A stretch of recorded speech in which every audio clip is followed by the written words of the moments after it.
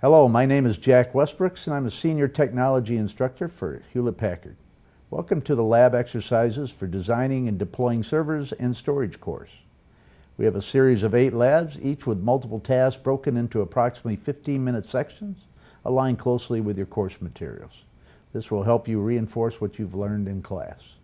You are a key participant in this set of lab exercises, and what you see and learn will apply to and be useful for you to know in a real-world situation. As we move forward, imagine you are working for a small or medium company and you need a pair of application servers or web servers. The goal is to ensure the servers are configured correctly, the software installed properly, and all the components are manageable at any time from anywhere. These labs will walk you through the steps required to reach that level of success. In the first set of lab exercises, you'll be introduced to the HP Integrated Lights Out ILO Management Processor and its web-based console. You'll see how it allows you to manage and monitor the HP ProLiant DL360 rack-mounted server remotely as if you're sitting in front of it, even when it's powered off.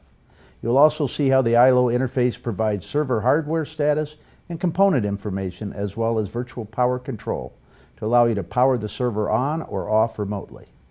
You'll then be introduced to the power and functionality of the ILO remote console and virtual media functionality, allowing not only remote access to the server console with keyboard and mouse functionality, but also the ability to mount a remote disk or ISO file to the server and have it appear and function as a bootable local device.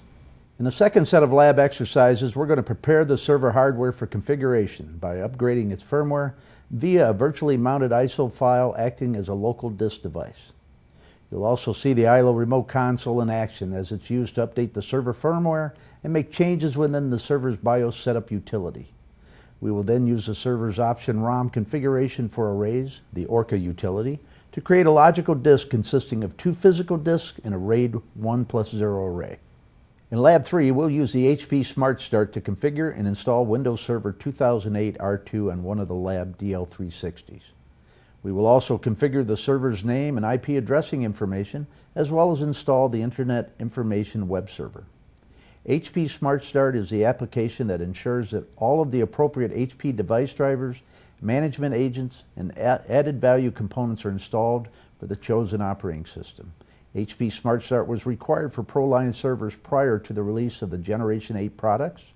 The upgraded version of ILO, ILO 4, that ships on the Generation 8 servers has that functionality built into the hardware, eliminating the need for the Smart Start CD.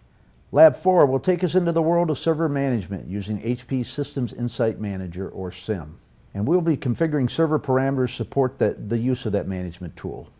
HP Insight Manager is the easiest, simplest, least expensive solution you can get to maximize your system's health and uptime. It allows you to manage your hardware across a wide variety of HP servers, including the latest HP ProLiant Gen 8 servers, as well as storage and networking products. With SIM, you can not only manage firmware and hardware health on your ProLiant and Integrity servers, but you can also use it to manage your contracts and warranties. HP SIM is included with each ProLiant server and can be expanded with for-fee plugins to provide even more management and control of your environment.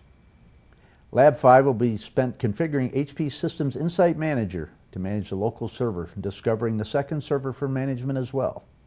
We will also walk through and investigate the function and capabilities of the System Management homepage that is installed in each server by the Smart Start. The Systems Management homepage gives instant and convenient access to hardware status information locally on each server. Lab 6 will take us deeper into the configuration of HP SIM, including adding additional SIM users, creating tools, and authorizing users to use those tools. SIM will take you through creating, viewing, and comparing data collection and configuration snapshots, as well as fully configuring a local server's system management homepage. In Lab 7, we're going to cover how to keep your servers running at peak efficiency and performance by introducing software version control. Software version control allows you to define firmware and driver version baselines and have them implemented on all of your servers as a centralized service, instead of applied to the servers individually.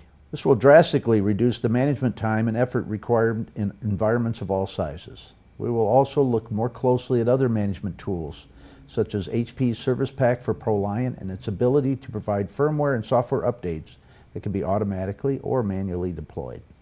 Finally, in Lab 8, we'll be looking at troubleshooting methodologies and discussing tools to provide offline testing of all hardware components, including disk arrays. As mentioned previously, the lab exercises will track with what you will learn from your class materials and lecture. When we're finished, you'll have gone through all the steps and experienced the tools you'll need to configure a server group for a small to medium business. Now let's jump into our first set of labs.